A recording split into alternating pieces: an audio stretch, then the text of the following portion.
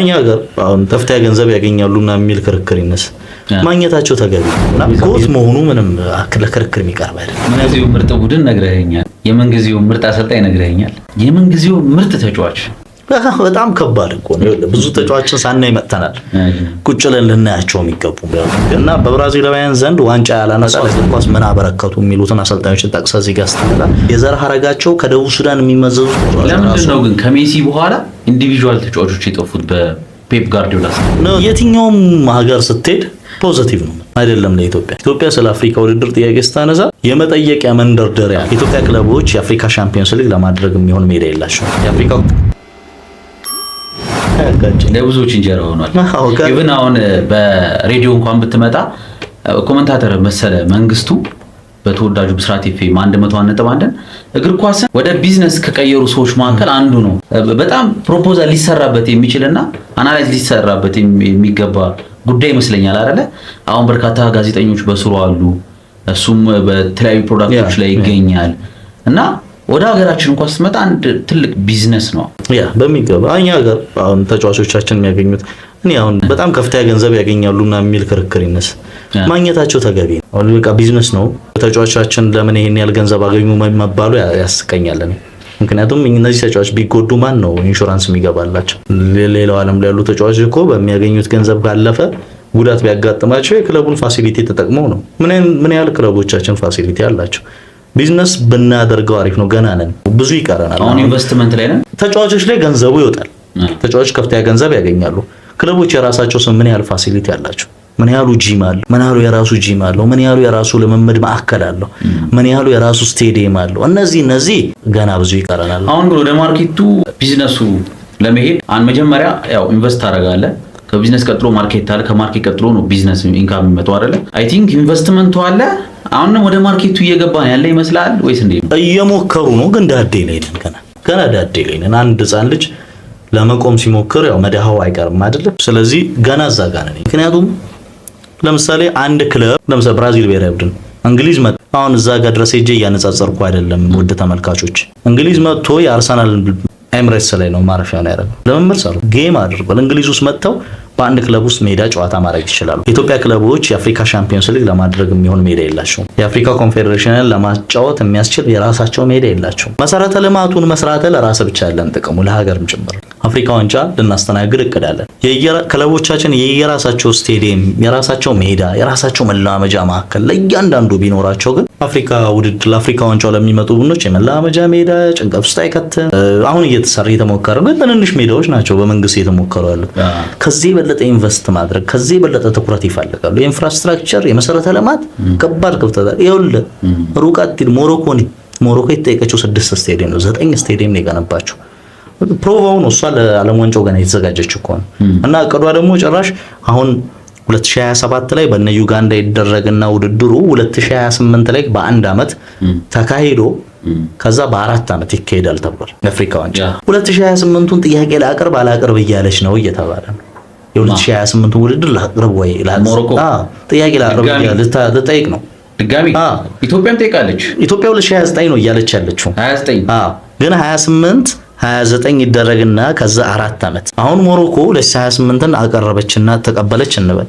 እኛ ሩቅ ነን ብሮ ያላት ጨዋታ ቢሆን እንኳን ሞሮኮ ታሸንፈናለች ነው። 24 ሀገር ዘንተው እየኖሩ እንደውም አንድ አሰልጣኝ ጠፋብኝ ስሙ እንጂ አውሮፓ ዋንጫ ልንወዳደር የመጣን መሰለን አለ። በእርግጥም ቅርብ ነች ለስፔን ምናምን ቅርብ ነች እና 23 ኪሎ ሜትር ነው የሞሮኮ የመጨረሻው ነጥብ ለስፔን ድንበር ያለው ርቀት ማለት ነው።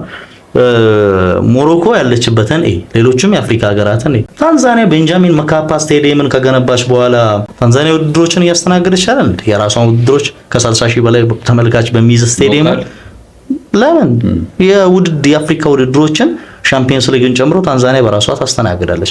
ሩዋንዳ ሂድ። እኛ የት ነን? እኛ አሁንም ስደተኛ ብሔራዊ ቡድን እና 42ኛው አሴምብሊ ላይ ኦርዲናሪ ላይ ነበርኩኝ ጠቅላላ ጉባኤ ላይ ኢንፋንቲኖ የፊፋ ፕሬዚዳንት ኢንፋንቲኖ፣ ፓትሪስ ሙሴምቤ እንዲሁም ደግሞ ፕሬዚዳንት ታዬ አጽቀሥላሴም የነበሩበትና መተው የጠየቁበት እንዲሁም የፌዴሬሽኑ ፕሬዚዳንት የሆኑት በኢትዮጵያ እግር ኳስ ፌዴሬሽን ፕሬዚዳንት እንዲሁም ጸሐፊው ነበሩ። አብረው ሆነው እዛ ሲጠይቁ ነበር አይደለ? ጥያቄው አለ። እሱን ባህሩ ጠይቄው እንደዚሁ የጽህፈት ቤት ኃላፊ አቶ ባህሩ ጋምሳ አወራ አቶ ኢሳያስ ጅራም ነበሩና ጠይቀው ነበረ በወቅቱ ኢንፋንቲኖ እና የፓትሪስ ሙሴፔ ካፍ ፕሬዚዳንት የሆነ ፖዚቲቭ ፍንጭ አሳይቶ የወጡበት ኮንዲሽን ተመልክቻለሁ። እዛ ጋር 29 የትኛውም ሀገር ስትሄድ ፖዚቲቭ ነው አይደለም። ኢትዮጵያ ስለ አፍሪካ ውድድር ጥያቄ ስታነሳ የመጠየቂያ መንደርደሪያ አላት። እጅ መንሻ ማቅረብ ትችላለች። እጅ መንሻ ስለ ጉቦ አይደለም። ኢትዮጵያ አፍሪካ እግር ኳስ መስራች ነች። ጋሽ ይድነቃቸው በአፍሪካ እግር ኳስ አልፎ እስከ ፊፋ ድረስ የነበራቸው ሚና ቀላል የሚባል አይደለም። ስለዚህ ውለታ አለባት አፍሪካ የኢትዮጵያ ለኢትዮጵያ ተስፋ መስጠት ግዴታ ነው። ምክንያቱም ኢትዮጵያ የአፍሪካ እግር ኳስ መስራች ነች እያለን የመጀመሪያው አፍሪካ ዋንጫ የተደረገው በ3 ሀገራት ደቡብ አፍሪካ መጨረሻ ላይ ወጣች እንጂ 4 ነበር አይደል? በአፓርታይድ ምክንያት ወጣች። ስለዚህ 3 ሀገራት ተሳትፈዋል። ሞሮኮ በአፍሪካ እግር ኳስ ያላትን አሁን የደረሰችበትን እያወራን ነው አይደል? እንዴ ለጋሽ ይድነቃቸው እኮ ስቴዲየም መታሰቢያ ስቴዲየም ገንብታለች። ለምን ስላላቸው በአፍሪካ እግር ኳስ ያደረጉት አስተዋጽኦ ቀላል የሚባል አይደለም። ስለዚህ ፊፋም ሆነ ካፍ ስለ ኢትዮጵያ ኬር ያደርጋል ግዴታ ምንም ጥርጥር የለውም። ኢቨን 42ኛው አሴምብሊ ኦርዲነሪ አምጥተው እዚህ ሲያዘጋጁ ራሱ አንዱ የኢትዮጵያ በተለይ ደግሞ ኤዩ እዚህ መኖሩን ተከትሎ ኤዩ አሴምብሊ ይር ኢትዮጵያ ላይ መካሄዱ ተከትሎ የብዙዎች መናገሻ ነች መዲናችን አዲስ አበባ። ነገር ግን መዋዕለ ንዋዩን መስራት እንችላለን። እኔ አሁንም ስቲል አቅም እንዳለን ይሰማኛል። እስከዛ 29 ሎንግ ተርም ነው። ምክንያቱም ኢቭን ማይንድ ላይ መስራት አለበት፣ ፖፑሌሽኑ ላይ መስራት ያለበት ይመስለኛል። ጀስት ሲመጡ ላይክ ቱሪዝም መዲናችን አዲስ አበባ ትመቻለች ለእንደዚህ አይነት ኮንዲሽን አይደለ?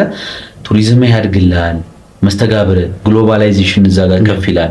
ከዛ በኋላ ያሉት የሚመጡትን ኢንካሞች ነው ማሰብ ያለብን እና አሁን ባለው ኮንዲሽን እኔ ቢሰራ በጣም የሚፈጥን አይነት ይመስለኛል። ቢሰራ ቢባል ግን እግር ኳሱን ከእግር ኳስ ባሻገር የሚመለከት ሰንባዲ አለ ወይ የሚልም ደግሞ ሐሳብ አለኝ እንደራሴ ፐርሰናል። ብዙ የሚቀሩ ክፍተቶች አሉብን ስንል የእውቀትም ክፍተት አለ። እግር ኳሱን የምናስተዳድርበት መንገድ አማተር ነው። ልክ አሁን ብዙ ማናወራቸው ነገሮች አሉ የሆኑ የምንሰማቸው አንዳንድ እኔ አሁን ሆድ ቢያወሩት ምንድነው የሚባለው ይቀራል ነው የሚባለው ይመስለኛልና አንዳንድ የምንሰማቸው ነገሮች ኖረው ግን አንዳንዴ መረጃ ኖሮክ ማስረጃ የሚያስፈልጉ ጉዳዮች ስለሚሆኑ ትተዋቸዋለህ እንጂ ድጋፍ ለማድረግ ምን እናደርግላችሁ ብለው መጥተው ሲጠይቁ ምን መልሰላቸው መልሶች በቀጥተኛ ግንኙነቶቻችን እንዴት ነው ሌሎች ነገር በቅርብ ጊዜ በባስኬትቦል ኦሎምፒክ ላይ ያያየን ነበር አይደለ? የደቡብ ሱዳን ቡድን ከአሜሪካ ጋር በአንድ ነጥብ ልዩነት ነው የተሸነፈው እና በጣም ሰከንድ ሃፍ ላይ የሱዳኖችን 3 ፖይንተር አስቆመዋቸው አሸነፉ እንጂ በአንድ ነጥብ ልዩነት ሱዳኖች ብልጫ ወስደው ነበር። በአብዛኛው የዓለምን እግር ኳስ የዓለምን ባስኬት የተቆጣጠረች ሀገር ነች። ኦሎምፒክ በየተከታታይ በመጣችበት ጊዜ የሚያስቆማት የለም። ሱዳን ጦርነት ላይ አሁን እንደ ሀገር የተቋቋመች ራሱ አሁን ነው ደቡብ ሱዳን በሚገባ እና እዛ ጌም ላይ የነበሩትን ተጫዋቾች እንዲያይተ የአሜሪካ በቀላሉ ታሸንፈው ጌም ስለ ዱራንት ስለ ኬቪን ዱራንት ነው የምናወራው፣ ስለ ሌብሮን ጄምስ ነው የምናወራው፣ ስቴፍ ካሪ ቢግ 3 አሁን እነሱ ቢግ 3 ነው የሚባሉት በአሜሪካ ቅርጫት ኳስ ውስጥ በእድሜ አንጋፋዎቹ ነው ወደ መጨረሻው ዘመናቸው የተቃረቡ ያሉት ናቸው። ከዛ እዚህ ውስጥ አሉ ሌሎች ተቀያሪ ወንበር ላይ የተነሱ ይጮቱ የነበሩ ዴሪክ ዋይትን ማንሳት እንችላለን፣ ጅሩ ሆሊዴይን፣ ብዙዎቹ ተጫዋቾች እና ኤድዋርድን ጨምሮ አንተማንን ጨምሮ እነዚህን ተጫዋቾች ማንሳት እንችላለን። ዳቪን ቡከር ተቀያሪ ወንበር ላይ የነበሩት ግን የብሔራዊ ቡድን ጋላክቲኮ በጣም አስፈሪ ጋላክቲኮ ነው። እኔ ባስኬትቦሉን ስለምከታተል ይሄን ቡድን ማሸነፍ ቀላል አይደለም። ካምባክ ሊሰራብን እንደሚችል ይሰማል። ግን ይሄን ቡድን አንድ ነጥብ ልዩነት ነው፣ እድገት ነው። ለምን በባስኬት በአሜሪካ ኤንቢኤ የተጫወተ ግለሰብ አመጡ። እዛ ዘመኑን ሙሉ ያሳለፈ በልጅነቱ ከደቡብ ሱዳን ሄዶ አምጥተውት ፌዴሬሽኑን ሰጡት። በተለያዩ የዓለማችን ክፍል የሚገኙ የዘር ሐረጋቸው ከደቡብ ሱዳን የሚመዘዙ ተጫዋቾችን አምጥቶ ብሔራዊ ቡድኑ የላቀ ደረጃ ላይ ያደረሰው። አሁን ቅርብ ጊዜ ዘንድሮ ድራፍት ፒክ ሲደረግ ታዳጊዎች ሩኪ ፕሌየሮች አሉና እነሱ ፒክ ሲደረጉ በቅርብ ዓመታት ከደቡብ ሱዳን የሄደ ታዳጊ ድራፍት ፒክ ውስጥ መግባት ይችላል። እና እንደዚህ አይነት እድገቶችን ሲሰራ የሚያውቁት አቅም ያንን ነገር የመረዳት አቅማቸው የላቁ ሰዎች አስተዳደሩ አይከብዳቸውም። እዚህ ላይ መስራት ይኖርብናል። ዋው! እዚህ ውስጥ ግን ምን ያለ ሌሎች ተጫዋቾች ደግሞ ፕሮሞሽን ተሰሩት ተመለከታለን። ከዚህ በኋላ የደቡብ ሱዳን ባስኬትቦል ተጫዋቾች የትኛውም የዓለማችን ክፍል ላይ እንጀራ ያገኛሉ። እንጀራ ገማዳቸው ዘርግተዋል። ፕላስ ያንን ጌም ቤታቸውን እያዩ የነበሩ ጩጬዎች ኢምፕሬሽን ያድርባቸዋል ባስኬትቦል ተጫዋች መሆን። እኛ ልክ ጩጬ እያለን ሩጫ ቀነኒሳ ሲያሸንፉ ወይ ሻለቃ ኃይሌ ገብረስላሴ ሲያሸንፉ በጠዋት ተነስተን ሩጫ ላይ ነን ጩጬዎች። እኛ ጋር አንዴ የነበረ ነገር በ90ዎቹ ጩጬ እያለን እግር ኳስ ካሸነፈን በጣም ነገ የሚያምረን ነገር እግር ኳስ ተጫዋች መሆን ነው። ሩጫ ካሸነፈን ነገ የሚያምረን ሯጭ መሆን ነው፣ አትሌት መሆን ነበር የሚያምረን። ለ10 ዙር እንዞር ነበር ስቴዲየም ሄደን እኮ እና ገመድ ምናምን ይዞ የሚቆም ሰው አለ ምናምንና እንዴ ብዬ ልንገር፣ ብዙ ስራ ይጠበቅብናል። ግን ብንሰራበት ደግሞ መለወጥ ማደግ የምንችልበት እድል ይመስላል። ምንም ጥርጥር የለውም ዳኒ። እንደውም ከመጀመሪያው ከቢጊኒንጉ እንዴት ወደዛ አይነት ሙያ ውስጥ ልገባ እንደቻልክና በተለያዩ ኮንዲሽኖች ኢንፍሉዌንስ ያደረገብን ኮንዲሽን ጀመረ። የተለያዩ አድማጭ ተመልካቾች ደግሞ ከምን አንግል እንደምትመለከተው እዚህ ጋር ቤዝ የያዙ ይመስለኛል። የብዙዎች ጋዜጠኞችን አንግል ይመለከቱና ብዙ አድማጭ ተመልካቾቻችን ከዛ ከምን አንግል ነው እነዚህ ጋዜጠኞች እግር ኳስ የሚመለከቱት የሚል ደግሞ አንድምታ ውስጥ ይገባሉና ከዛ አንግል አንፃር ነው የብዙዎች ጋዜጠኞችን እይታ ለመመልከት የምፈልገው። መጀመሪያ ከጀመሩበት ኦሪጂን መነሳት ፈልጋለሁ። ከዛ አንግላቸውን ለማወቅ ጥረት ታደርጋለህ። ያ ነገር ነው። ኳስን ጀመረን፣ ጂኦግራፊ ውስጥ ገባን፣ ፖለቲክስ ውስጥ ገባን፣ በርካታ ሶሻል ላይፍ ውስጥ ገባን፣ ቢዝነስ ውስጥ ገባን፣ ፐርሰናል ነገሮች ላይም ገባን። ዳኒ ግን እንደው በስተመጨረሻዎቹ አንተን ለመጠየቅ ዳኒ 3 ነገሮች ጠይቀ የምን ጊዜም ብዬ ነው ጠይቀ። እሺ እስካሁን ከተመለከትናቸው ወይ ደግሞ አንተ ካነበብካቸው የምን ጊዜው ምርጥ ተጫዋች፣ የምን ጊዜው ምርጥ አሰልጣኝ፣ የምን ጊዜው ምርጥ ቡድን 3ቱን። ከምርጥ ቡድን ልነሳ። ከምርጥ ቡድን እኔ አላየሁትም። ብዙ ጊዜ ዶኩመንታሪዎችን ከፍቼ የማየት እድል ግን ነበረኝና ደርሼ ባየሁት ብዬ በጣም የቀናውበት ቡድን ነው የብራዚል ብሔራዊ ቡድን እና በብራዚላውያን ዘንድ ዋንጫ ያላነሳው አዝናኙ ቡድን የ1982 ጀምሮ እስከ 1986 ድረስ የነበረው የቴሌ ሳንታና ቡድን ፔፕ ጋርዲዮላ ሳይቀር በእግር ኳስ ብዙ እሳቤዎችን ወስጄበት ተምሬበታለሁ የሚለው ቡድን እና በእኛ ሀገር እግር ኳስ ላይ ሁላ ተጽዕኖ አለው። ለምሳሌ ካሳዬ አራጌ ኢትዮጵያ ቡና የቀድሞ አሰልጣኝ የቀድሞ ተጫዋች ካሳዬ አራጌ 15 ቁጥር ማሊያን የሚለብሱ ሰዎች አሉ አይደለ? ካልተሳሳትኩኝ እርግጠኛ ካልሆንኩኝ አላቅም። የፋልካኦ ማሊያ ነበር 15 ቁጥር በብራዚል የቴሌ ሳንታና ስብስብ 15 ቁጥር ይለብስ የነበረው ፋልካኦ ነበር። የፋልካኦን ማሊያ ነው። ካሳዬ መሀል ሜዳ ውስጥ ሲጮህ ስለነበር በጣም ይወደው ስለነበር ነው የፋልካኦን ማሊያ የሚጠቀሙ። ዶክተር ሶቅራጠስ ነበረ እና ፋልካኦን መጥቀስ እንችላለን። ሌሎች ተጨማሪ ተጫዋቾች ነበሩና ደጋግመ ቁጭ ብለህ ቪዲዮ የፊፋ ገጽ ላይ የተሰሩ ዶክመንታሪዎች አሉ። እነሱን ስታይ አንድ ቡድን ከራሱ የሜዳ ክልል በአንድ ተች እዛ ሜዳ ይደርሳሉ። ጎሉ እንዴት እንደሚያስቆጥሩ አታውቅም። ኳሱን በጣም ነው የሚጫወቱት። ሰርድማን ኮንሰፕት ነበረው ቡድኑ። ኳሱን ሊሰጡት የሚፈልጉት ተጫዋች ሩጫ እያደረገ ነው፣ ግን ይሄኛው ተጫዋች ወደዚህ ይመጣል፣ ግን ለሌላ ተጫዋች ነው ሶቅራጠስ ኳሱን የሚያቀብለው። 82 86 ድረስ 82 ላይ በተለይ የነበረው ቡድን በጣም አስገራሚ እንደሆነ የምትገልጸው እስከ ፍጻሜው ድረስ ሄዱ። መጨረሻ ላይ እግር ኳስ የሁለት ሀሳቦች ነው የምታየው ሁልጊዜም፣ የመከላከልና የማጥቃት ነው። የሚከላከሉ ቡድኖች አሉ የማጥቃት ቡድኖችን ለማቆም እና የጣሊያን ካቴናቸው መጥቶ አቆሙ። 3-2 የተሸነፉት ፍጻሜ ላይ ያ ቡድን እና በጣሊያን ድንቅ መከላከል ቆመ። ካልተሳሳትኩ ሮሲ ይመስለኛል አትሪክ የሰራው እዛ ጨዋታ ላይ። ያ ብሔራዊ ቡድን የምንጊዜው ምርጡ ይመስለኛል። ብዙ ቪዲዮዎችን ቁጭ ብዬ ያለው ብዙ ዶክመንታሪዎችን ያለው የስፔን ብሔራዊ ቡድን በጣም ድንቅ ነው። የቴሌ ሳንታናው ብራዚል ግን በጣም አስደናቂ ቡድን ነው። አሁንም ቪዲዮዎቹን ገብተው ላዩት ይችላሉና እግር ኳስን እንዲያቅልሎ መጫወት በጣም ከባድ ነው። ሁለቱ ፉልባኮች ያጠቃሉ፣ አማካዮቹ በነፃነት ነው የሚጫወቱት። ኳስ የማይችል የለም፣ ይሽከረከሩታል ነው ማለት እና በጣም አስገራሚ ቡድን ነው ያ ቡድን። ዋንጫ አንስቶ ቢሆን እላለሁ፣ ምክንያቱም ብራዚላውያንን የሚመስል ቡድን ነበር። ምክንያቱም 1994 ላይ ብራዚል ዋንጫ አንስታለች፣ ጣሊያንን አሸንፋ። የብራዚል መልክ ይዟል የሚል ሰው ካለ ይገርመኛል። ቪዲዮቹን ደጋግሜ አይቻቸዋለሁና 82 ላይ የነበረው ብራዚል የ1994 ላይ የነበረውን ብሔራዊ ቡድን ይበልጠዋል እና እሱን ነገር ትኩረት ማድረግ እፈልጋለሁና የምንጊዜው ምርጡ ቡድን እሱ ነው ብዬ ነው ማስበው። ቴሌ ሳንታናው ብራዚል የ80ዎች ውስጥ የነበረው በተለይና ፋልካኦን የማስታወሰው ከአነበብኩት ውስጥ ዲያጎ ሲሞኒ ቀንደኛ የፋልካኦ አድናቂ እንደነበረ ነው ማውቀውና አግሬሲቭ በጣም ኳስ የሚችል ተጫዋች እንደነበረ ፋልካኦ ማስታወሰውና ዲያጎ ሲሞኒ ደግሞ ብዙም ሳይቆይ 86 የዓለም ዋንጫ ላይ መጥቶ ተጫወተ አይደለ? 86 ዓለም ዋንጫ ወይ 90ዎቹ ላይ 94 እንደተጫወተ አቃለ አሜሪካ እሱ ላይ 94 ላይ ከማራዶና ጎን መጫወት ይቻላል በሚገባ። ከዛ በኋላ ከ86ቱ ዋንጫውን ካሳኩበት ጊዜ በኋላ ነው ዲያጎ ሲሞኔ መምጣት የቻለው እና ግን ያንን ቡድን እኔ በተለየ መልኩ አሁንም ቪዲዮዎቹን ቁጭ ብዬ ሳያቸው ጎሎቹ ፍጥነታቸው በጣም አስገራሚ። ያ ቡድን የቤት ስራ እንስጣቸው በቃ ለአድማጭ ተመልካቾቻችን ይመልከቱ። የቴሌ ሳንታናውን የ1980ዎቹ ቡድን የብራዚልን ተመልከቱ። ምናልባትም ካመጣዋቸው እንግዶች መካከል በተለይ ከምናውቃቸው ከኛ እድሜ ውስጥ ካሉ ጄኔሬሽኖችን ነው የዳኒ ለየት የሚለው በዶክመንተሪ የተመለከትናቸው እንደ ቲም ያልተመለከት ግን በስም ደረጃ የምናውቃቸው ነው። የቴሌ ሳንታናውን የ1980ዎቹን ቡድን ጠቅሶልናል። እሺ የምን ጊዜው ምርጥ አሰልጣኝ ከምክንያት ጋር በጣም ከባድ ነው። እኔ ጆዜ ሞሪኒዮ ወዳጅ ነኝ። ጆዜ ሞሪኒዮ አድናቂ ነኝ።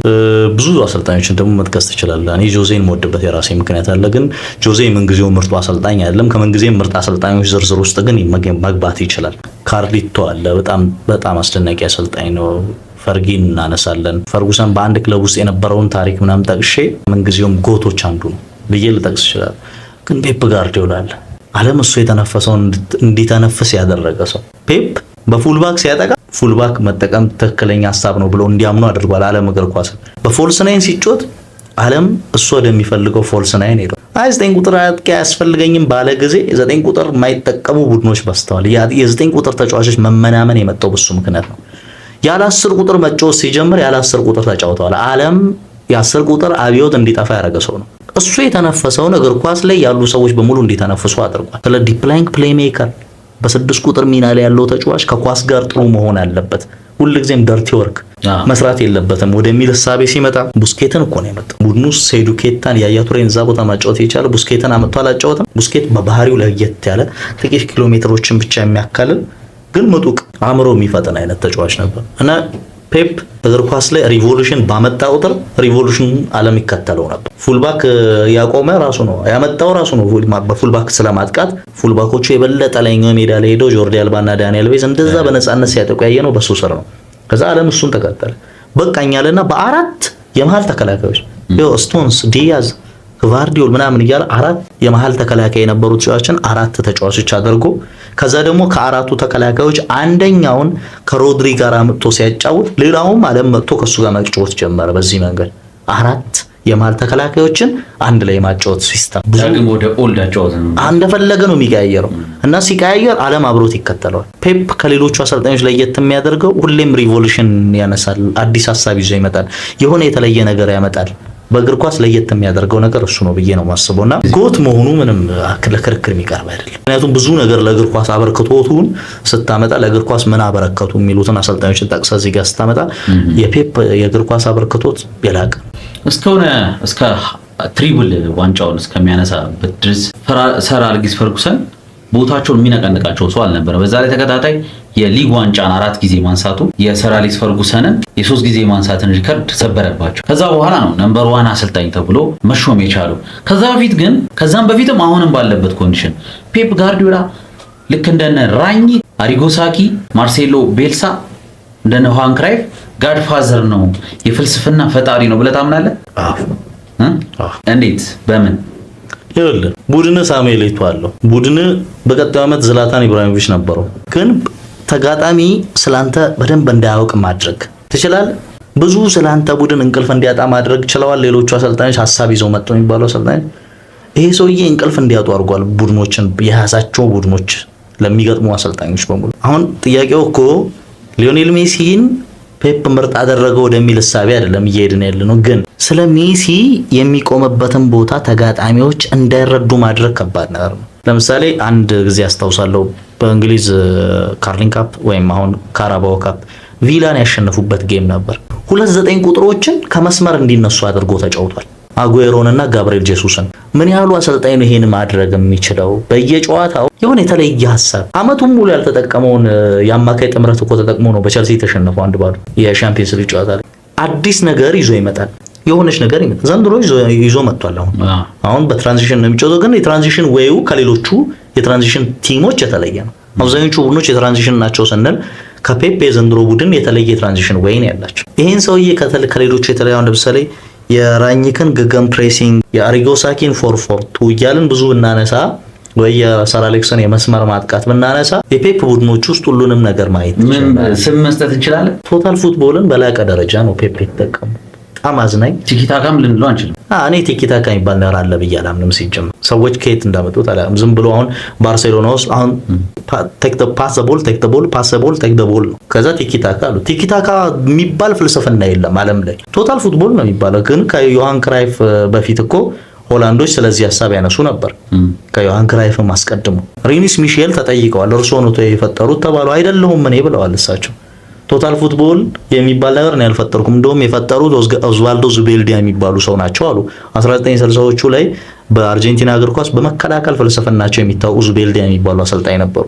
ለምን ሲባሉ እኔ ቶታል ፉትቦልን አልፈጠርኩም፣ የሱን የመከላከል እግር ኳስ ተመልክቼ የሱን መከላከል እንዴት ማሸነፍ ይቻላል ስል ነው ይሄንን ሐሳብ ያመጡት ይላሉ። ቶታል ፉትቦልን የፈጠሩት ሬኒሽ ሚቼልስ ናቸው የሚባሉ ኳስን በመቆጣጠር ተደጋጋሚ ማጥቃት ሩጫዎችን በማድረግ ማጥቃት ላይ በማተኮር ያተኮረ ቡድን በመገንባት ማሸነፍ ይቻላል ወደሚል ሐሳብ የመጡት። ግን እኔ አይደለሁም የፈጠርኩት ነው የሚሉት ራሳቸው።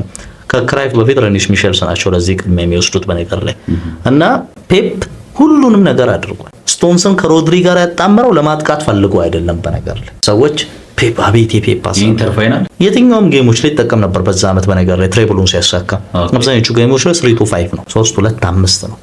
ሮድሪጎን ስቶንስ አለ ለመጠቀም ማጥቃት አይደለም። በነገር ላይ የመልሶ ማጥቃቶችን የማቆም ችግር ስለነበረበት የፔፕ አስተሳሰብ ብዙ ጊዜ ከባርሴሎና ዘመኑ ጀምሮ የመልሶ ማጥቃት ቡድኖችን አያቆምም፣ ይቸገራል።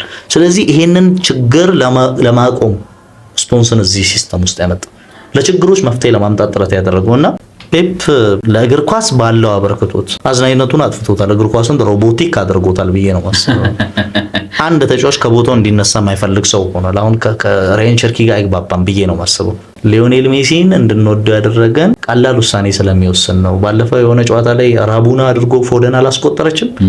ሊዮኔል ሜሲ ቢሆን ይሄን ነገር አያደርገውም ብሎ ጥሩ ነገር ነው፣ አዝናኝ ነው። ግን እኔ አልወደውም፣ አልወድም። እንደዚህ ቡድኖቹ አዝናኝ ናቸው፣ አዎ፣ ግን ይገደባሉ። ከዚህ እዚህ ጋር መንቀሳቀስ የለም። የፔፕ ጋርዲዮላ እንደዛ የጃክ ግሪሊሽን ኤቨርተን ቤት እንቅስቃሴ ተመልክቼ ነው እኔ የቪላ ግሪሊሽ እንዴት ነው የጠፋው በጌታ ይስ እኔ በቃ ግሪሊሽ ከእንግሊዝ ሴቪየር ነው የሚሆነው ብዬ ነበር ያሰብኩት። ግን ጋርዲዮላ መጣ መር ላይ ታከት ይጮታል። አይሆን ኢቭን ደስታ አገላለጽ ኮንትሮል ሲያደርግ በጣም እያንዳንዱ እንቅስቃሴ ላይ ፔፕ ጋርዲዮላ ባይዘው ወይ ፔፕን ወደድከው አልወደድከው ሊቀር ይችላል፣ ግን በስራው አሳምኖናል። እሱ ጎት መሆኑን እኮ አንከራከርም። ግን በፔፕ ቡድን ውስጥ እንደፈለገ በሜዳ ውስጥ የፈለገውን የሜዳ ክፍል መጫወት የሚያስችል ነፃነት ሊያገኝ የሚችለው ተጫዋች ሊዮኔል አንድሬስ ሜሲ ብቻ።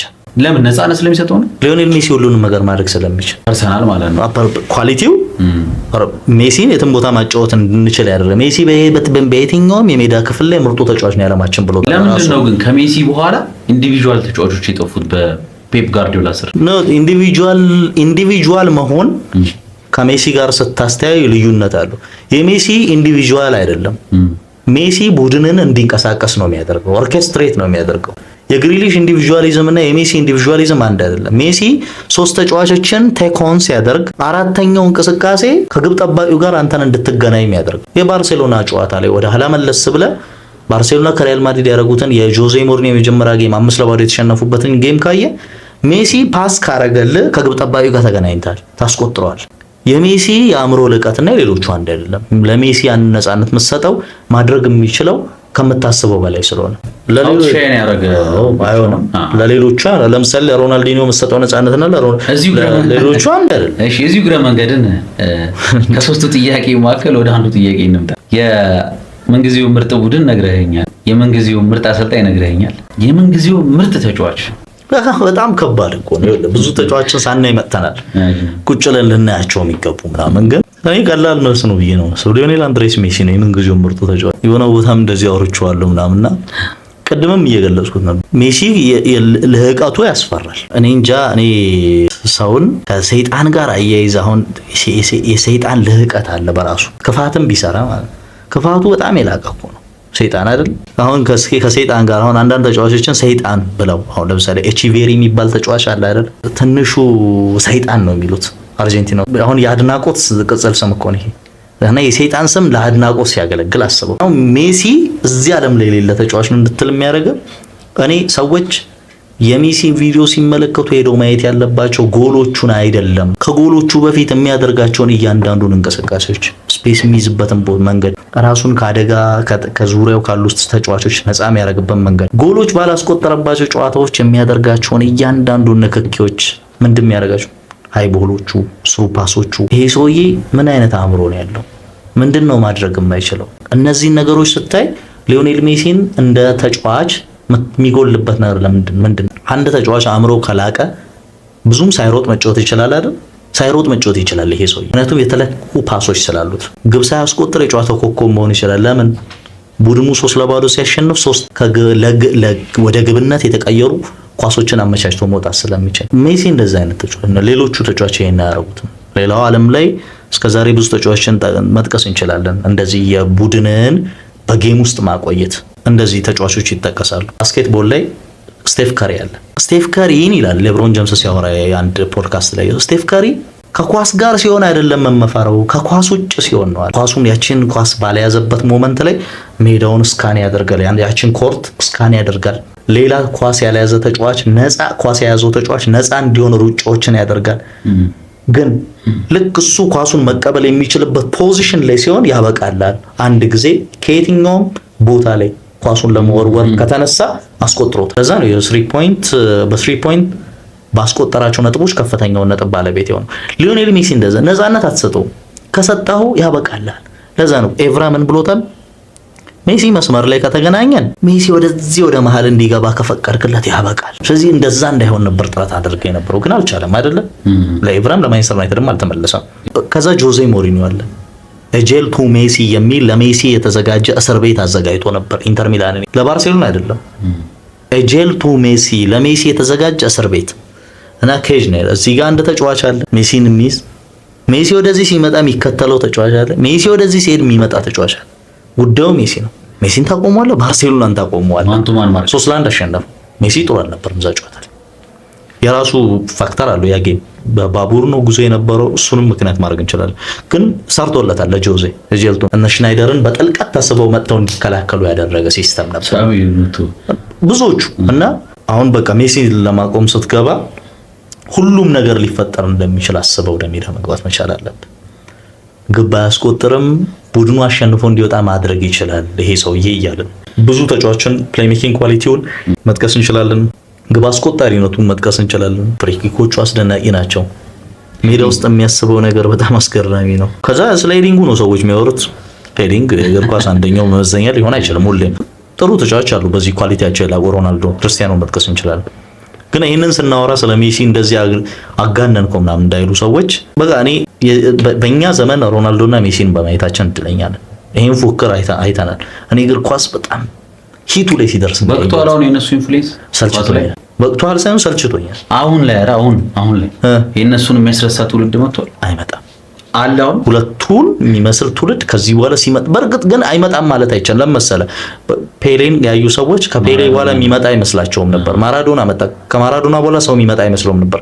ይመጣል ግን አሁን ላይ ጊዜ መቆየት በቃ ሎንጂቪቲያቸውን ነው ማደንቀው ነው ኮንሲስተንሲው ምናምን። ከዛ ግን አሁን ምን ይሰለቸኛል በቃ አሁን ቲክቶኩም ፌስቡኩም ሮናልዶና ሜሲ የሆነ ሳውዲ ሊግ ላይ ሮናልዶ የሆነ ነገር ሲያደርግ ሜሲ በዛ MLS ላይ የሆነ ነገር ሲያደርግ ሰዎች አሁንም አስተያየት ለመስጠት ይመጣሉ። በጉዳዩ ዙሪያ ለመከራከር የምርም ሲሪየስ ሆነው የሚመጡ ሰዎች አሉ። በቃ አብቅቷል። አሁን እንትና ማን ይበልጣል እንደዚህ የምንልበት ጊዜ አለ። የእነዚህ ተጫዋቾች ፕራይም አብቅቷል። ማድረግ በሚችሉበት ሊግ ላይ ያንን ማድረግ እየቻሉ ነው። አሁንም የሚሳተፉበት የጎል ቁጥር በጣም አስገራሚ ነው። በቃ ቦታው ነው። አሁን መሆን ባለባቸው ቦታ እየተዝናኑ ነው። እንዲዝናኑ መፍቀድ ያስፈልጋል። እኛን ያዝናኑበት ዘመን አብቅቷል። እኔ አሁን ተነስቼ MLS ቁጭ ብዬ መዝናናበት ዘመን አብቅቷል። MLSን ልከፍት የምችልበት ምክንያት የለኝም። የሳውዲ ሊግንም የጄም ከፍትበት ምክንያት ካለኝ ወይ MLSን ካየው ለስራ አሁን በእነ ያማል ነው ለመዝናናት ጥረት የማደርገውና አሁን በዚህኛው ዘመን ቢበቃ አሁንም ሰዎች ሲከራከሩ ያለውና ሜሲ ኦር ሮናልዶ፣ ፔሌ ኦር ማራዶና የሚል ዘመን ነበረው። ከዛ ሜሲ ኦር ሮናልዶ የሚል ዘመን መጣ። ቀጣይ ደግሞ ያ ፔሌ ከመሞቱ በፊት ምንድነው ያለው? አንድ ቀን በገነት ተገናኝተን ኳስ እንደምንጫወት ተስፋ አደርጋለሁ ነበር ያለው። ግን ሁሉ ጊዜ ፔሌ በሄደበት ሁሉ ነው ከማራዶና የተሻልኩ ተጫዋች ነኝ ይል ነበር። ሮናልዶ እኔ የዓለማችን ምርጥ ልክ ነው ለራሱ። ሮናልዶ የራሱ የሚያስቀምጠው መስፈርቶች አሉ፣ ለኛ ደግሞ የሚታዩን ነገሮች። እስቲ ቆይ እንደው አሁን አዳኦል ልምጣ።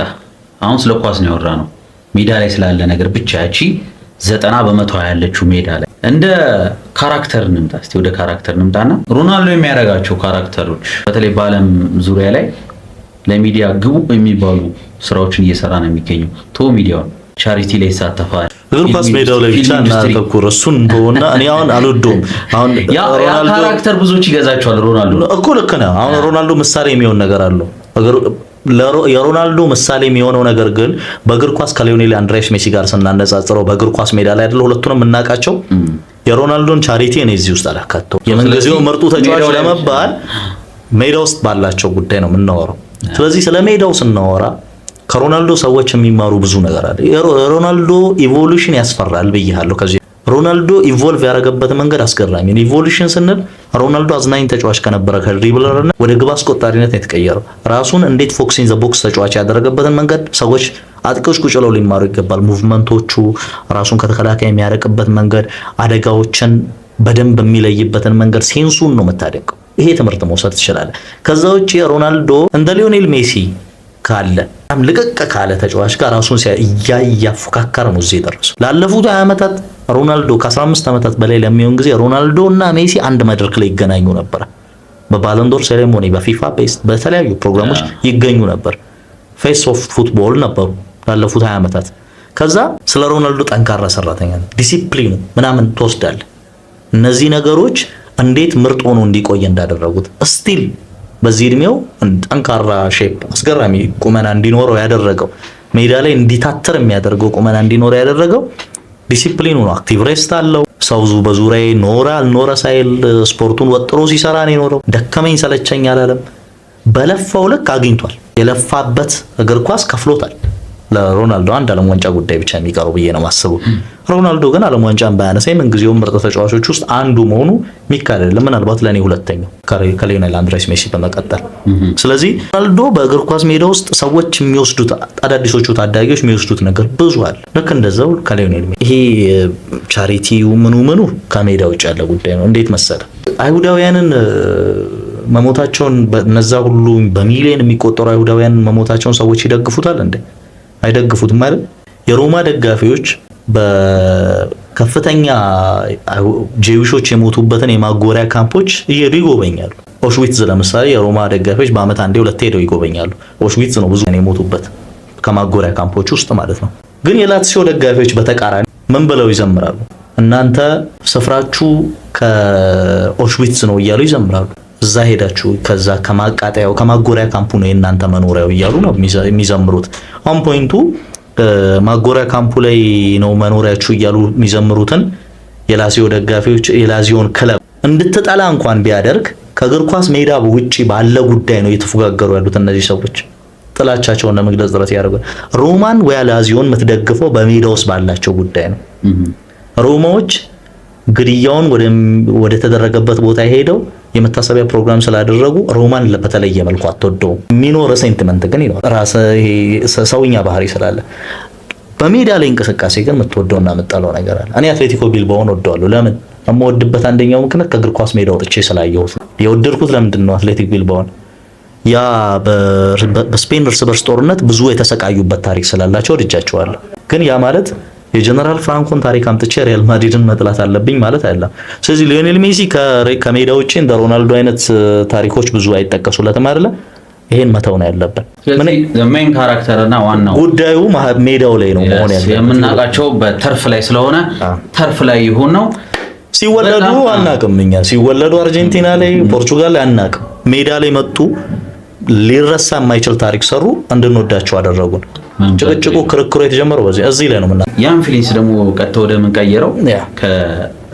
ማንኛውም ሙያ ላይ ያለ ሰው ከሙያው በጣም ሲወደድ ሶሻሉ ላይ ይካተታል። ከዛ ኢንፍሉዌንስ የሚያደርግባቸው መንገዶች ይበዛሉ።